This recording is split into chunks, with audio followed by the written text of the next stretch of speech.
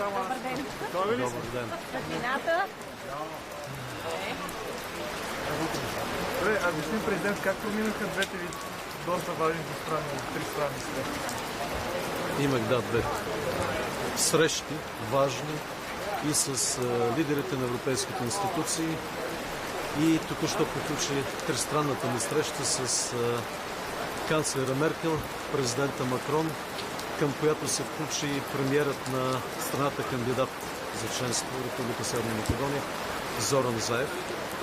Темата – търсене на начин за преодоляване на препятствията пред започване на членство, на преговор за членство на Република Северна Македония.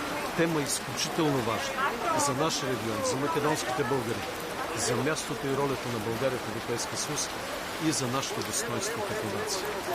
За съжаление, през май тази година заварихме отношенията между България и Република Северна Македония в задънена улица. Спомняте си тригодишните прегръдки и обещания за безусловна подкрепа, въпреки един буксуващ договор. Спомняте си внезапното изненадващо вето декември месец миналата година, без да се представят каквито и да е смислени аргументи към нашите европейски партньори.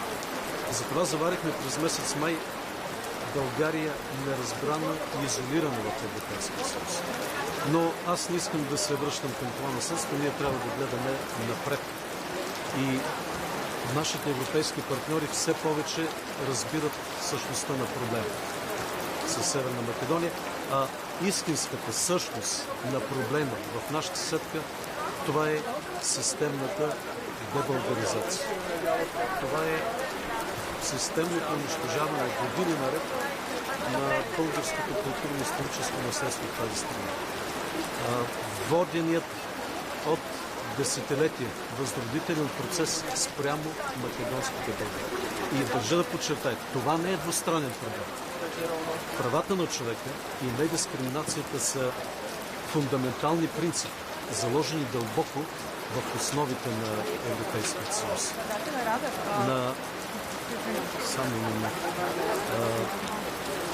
Тези срещи се провеждат на фона на множество сигнали за преследване и заплахи към хора с българско самосъзнание в процеса на преброяване в Република Северна Македония. И на фона на случващото се само преди няколко дни на поредното унищожаване, не просто унищожаване, още по-лоша подмяна на български паметник в Република Северна Македония. Доказателство, че се преследват не само жители. Доказателство, че се унищожава паметта на мъртвите българи. И ние искаме най-сетне този процес, наследство от тоталитарното минало, окончателно да спре. Това е, което ние очакваме. И всяка европейска страна премина през своя катарзис, особено в съвременните години. Изключително болезнен беше този процес и тези промени в страните от постсъветското пространство в Централна и Източна Европа. България не бе подмината от тези процеси. Нашето общество още лекува раните, нанесени от тоталитарния режим в кампанията за насилствена смяна на имената на българските творци. Затова страните, които кандидатстват днес да бъдат член на европейското семейство, не могат да подминат този процес на катарзис. Няма как да го подмине и Република Северна Македония. Затова нашите позиции са ясни. Докато този своеобразен възродителен процес продължава, докато нашите сънародници, продължаващо в годините, все още са подложени на една изтънчена асимилация, докато са потискани като основни права и те не се интегрират пълноценно в Република Северна Македония редом с другите части от народи, ние няма как да кажем да на този за начало на преговор. И искам да развея още нещо важно, което подчертах и на срещата си с канцлера Меркел и президента на Макрон. Потискането на правата на македонските българи, които са граждани на Република България, е предизвикателство и за самия Европейски съюз, защото след като са граждани на България, те са граждани и на Съюза. И затова призовах за европейска солидарност и с тях, и с България.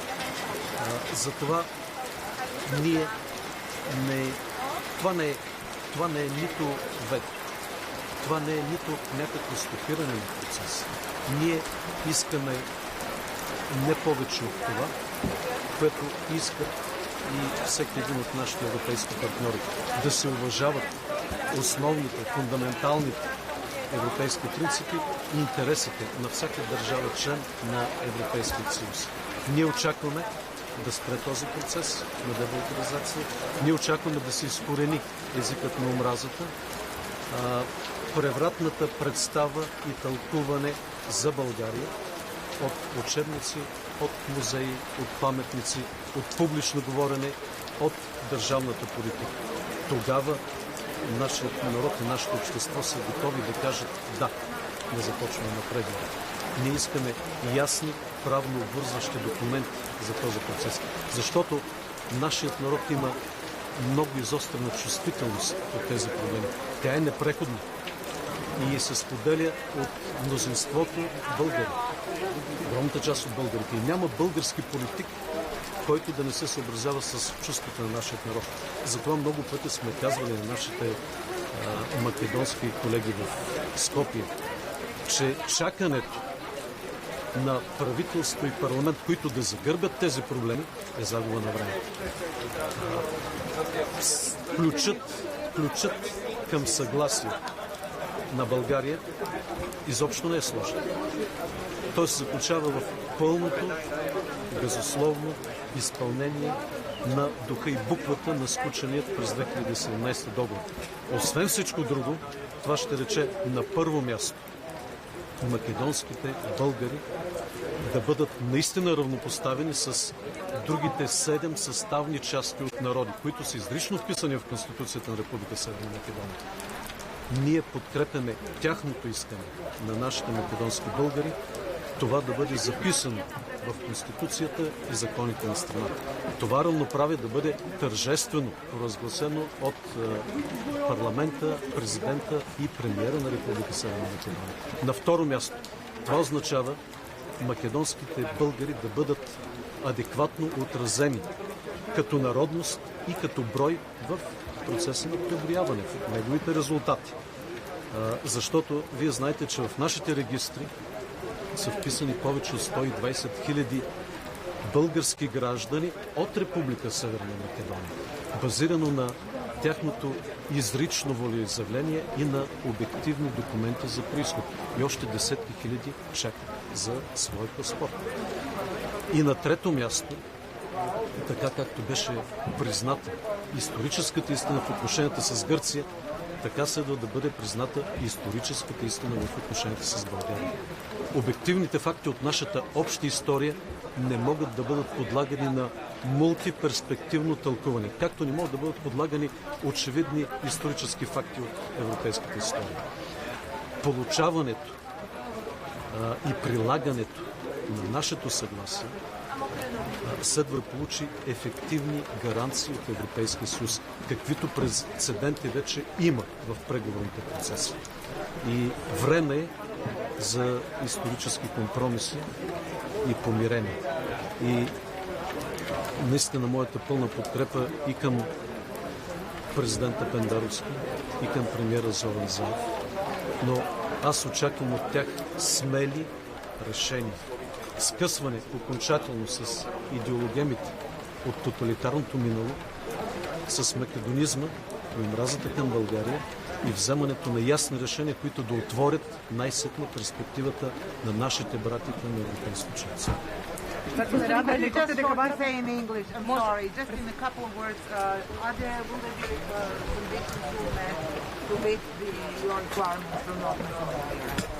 Listen, we have been currently working on 5+1 major topics. We have been working on a bilateral protocol to be presented and finished somewhere in the beginning of November. We need to analyze this protocol. We need to sign this protocol if we are pleased with the results, because we need to match the results from the protocol with the national frame agreement adopted by the Bulgarian parliament itself. And after that, we should move and we should deliver a roadmap prepared by the North Macedonian side. And what we insist is two guarantees. On the bilateral side, we would like to see a small amendment in the constitution of the Republic of North Macedonia to include Bulgarians within those substantial parts of peoples forming this nation. Bulgarians desire and need their place to be certainly explicitly written. We need real objective results from the ongoing and finished just census in the North Macedonia without pressing the people to express their self-identity. We need a recognition of the historical truth. And if all this is fulfilled, we need the next guarantee from the European Union to be included, this roadmap, within the negotiation process, negotiation framework. Very simple stuff. Това е до началото на ноември или очакваме всичко това? Очакваме странният протокол да бъде готов в началото на ноември. Очакваме той да бъде надлежно анализиран, да се сравни с националната рамкова позиция, как удовлетворява нашите изисквания, какви са писмените гаранции за България, защото разберете, ние имаме подписан договор за приятелство, добросъседство и сътрудничество от 4 години, но няма прогрес. Това, което ни интересува, защитата на правата на македонските българи, нямаме прогрес. Ние нямаме прогрес в едно основно нещо. Учебниците за децата.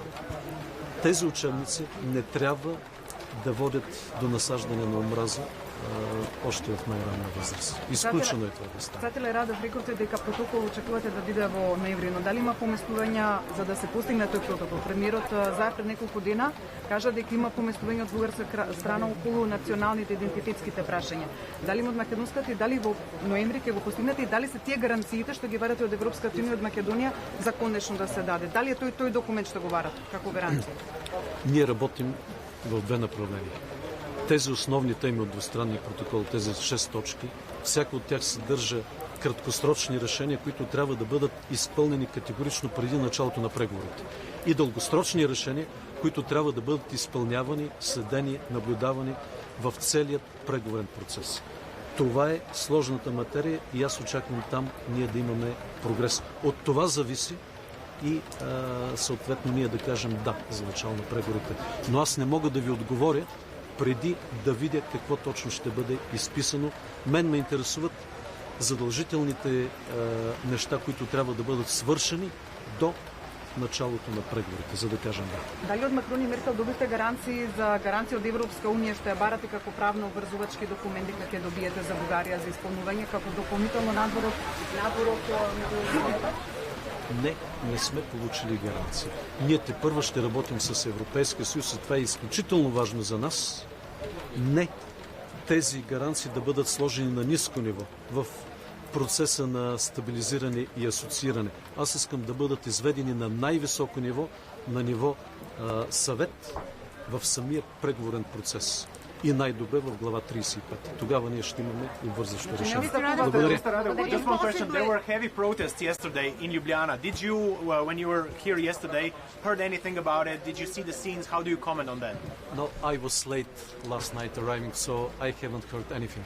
I'm sorry. Just one more question. Could you possibly consider moving all these requirements of North Macedonia after they open the talks? As you know, the talks can last 7 years and more years in case of like Croatia. Why would you be considering moving those requirements as adding them to one of the chapters that Macedonia has to close? For the last 4 years, we have heard all kind of verbal declarations. It doesn't work anymore. We need legally binding documents and agreements. Thank you. So, will you allow Macedonia I have been talking about this. I know, I'm sorry. It depends on the circumstances, but We have certain requirements. I need to see them fulfilled and then we can talk about this. Да, в БТ аз само един въпрос, като че и доскоро българската позиция не беше ясно обяснена на европейските партньори. Има ли нарастващо разбиране на тази позиция? Точно това е, за което работим интензивно от май месец насам.